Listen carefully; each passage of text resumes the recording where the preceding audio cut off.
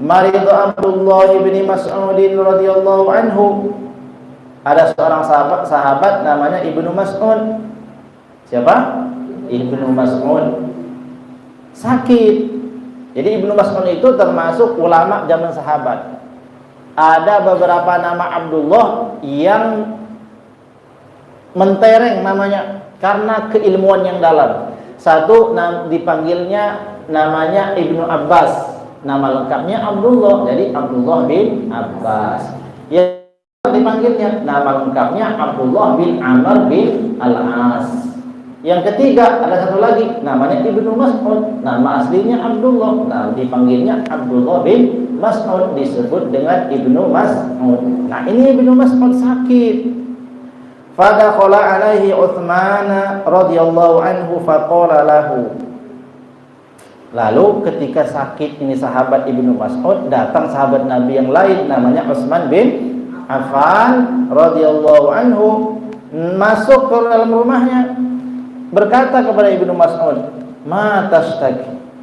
Apa yang kau keluhkan? Apa yang kau keluhkan? Apa yang kau khawatirkan dalam keadaan sakitmu?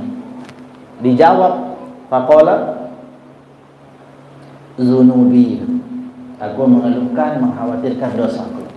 Dibayangkan saja ini jajaran sahabat mulia yang mereka itu telah dipuji Allah radhiyallahu anhum wa radu'an. Ya, sudah dijamin keselamatan mereka, dijamin bakal tempatnya di surga. Diturunkan Allah ayat tentang mereka, tapi tetap mengkhawatirkan dosa. Sakit dan khawatirkan dosa. Fama tashtahi? Qala al-maghfirah. Apa yang diharapkan? Yang kamu mau apa? Dijawabnya, aku pengen itu cuma ampunan saja, nggak ada yang lain yang aku inginkan.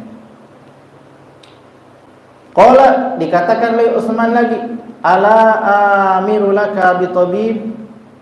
Mau nggak aku panggilkan tukang obat, dokter?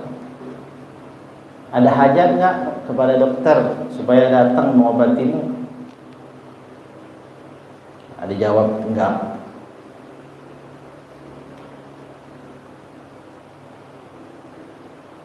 Ditanya lagi, apa gitu? Apakah kamu itu butuh sesuatu pemberian, butuh obat, butuh makanan? Semua perkara ditawarkan yang baik-baik. Semua dijawab tidak. Tidak mau? Tidak mau. Jawabnya sama saja, la hajata li, enggak ada hajatku pada yang demikian itu. Qala, lalu ditanya lagi seorang sahabat Ibnu Mas'ud, yakunu li auladika min ba'di. Apa barangkali yang kamu pikirkan itu, yang kamu khawatirkan ini bakal seperti apa nasib anak-anakmu nanti setelah engkau wafat?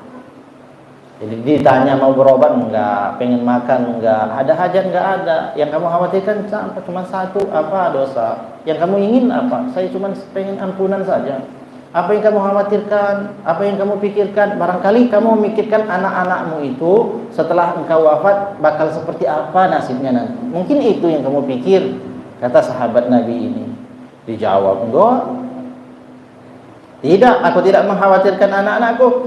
Qala, kata Ibnu Mas'ud, inni la akhsha alaihim al-faqra ba'da an allamtuhum suratal waqi'ah. Saya selama-lamanya tidak pernah merasakan kekhawatiran kepada mereka akan ditimpa kefakiran, kesusahan dalam penghidupan, kesusahan dalam bidang ekonomi, ba'da an allamtuhum surata al-waqi'ah. Setelah aku ajarkan mereka satu surat dalam Al-Quran yang namanya surat Al-Waqi'ah. Oh enggak, anak-anak saya yang banyak enggak saya khawatirkan sama sekali. Pokoknya yang saya khawatirkan cuma dosa saya, dan saya hanya ingin satu saja, ampunan. Saya tidak pernah mengkhawatirkan anak saya bakal jadi fakir atau seperti apa setelah saya nanti pergi menghadap Allah. Tidak, kata siapa? Kata Ibnu Mas'ud, ba'da an allamtuhum suratal waqi'ah. Setelah mereka itu aku ajarkan surat Al-Waqi'ah. Artinya anak-anaknya sudah diajarkan surat Al-Waqi'ah. Yaqra'unaha kullalailatin, yang mereka anak-anakku itu membaca surah Al-Waqiah setiap malam. Kenapa yang begitu yakin sahabat Nabi? Kenapa? Wa qad sami'tu Rasulullah sallallahu alaihi wasallam yaqul. Karena sungguh kata Ibnu Mas'ud, aku sudah dengar Nabi berkata. Lihat, kalau sahabat itu kalau sudah dengar Nabi berkata, yakinnya 1000%. Tidak ada ruangan ragunya, sudah penuh keyakinannya kepada Nabi. Sungguh aku telah mendengar baginda Nabi sallallahu alaihi wasallam, kata Imam Ibnu Mas'ud, yaqulu, Nabi telah bersabda, man qara'a suratal waqiah, barang siapa yang membaca surat Al-Waqiah kullalailatin, setiap malam, lam tusibhu faqota, ya, tidak pernah ia akan ditimpa musibah faqah.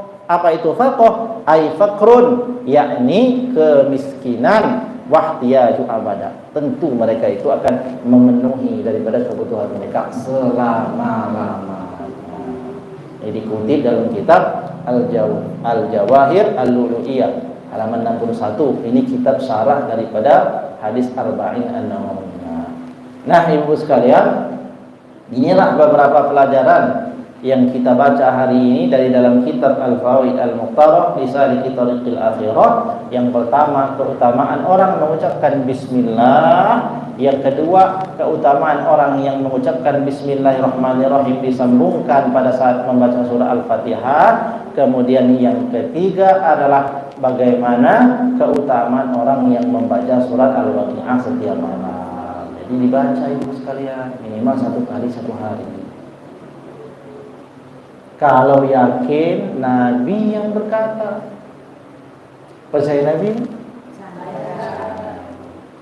ya sudah, dikerjakan, diamalkan. Setiap mau bekerja, beramal, berbuat bismillah. Sesekali setelah sholat kita baca Al-Fatihah disambungkan dengan bismillahirrahmanirrahim, dan kita jadikan wirid kita dalam setiap malam, atau minimal 1 kali dalam 1 hari 1 malam membaca surat Al-Waqiah. Mudah-mudahan kita semuanya mendapatkan keberkahannya.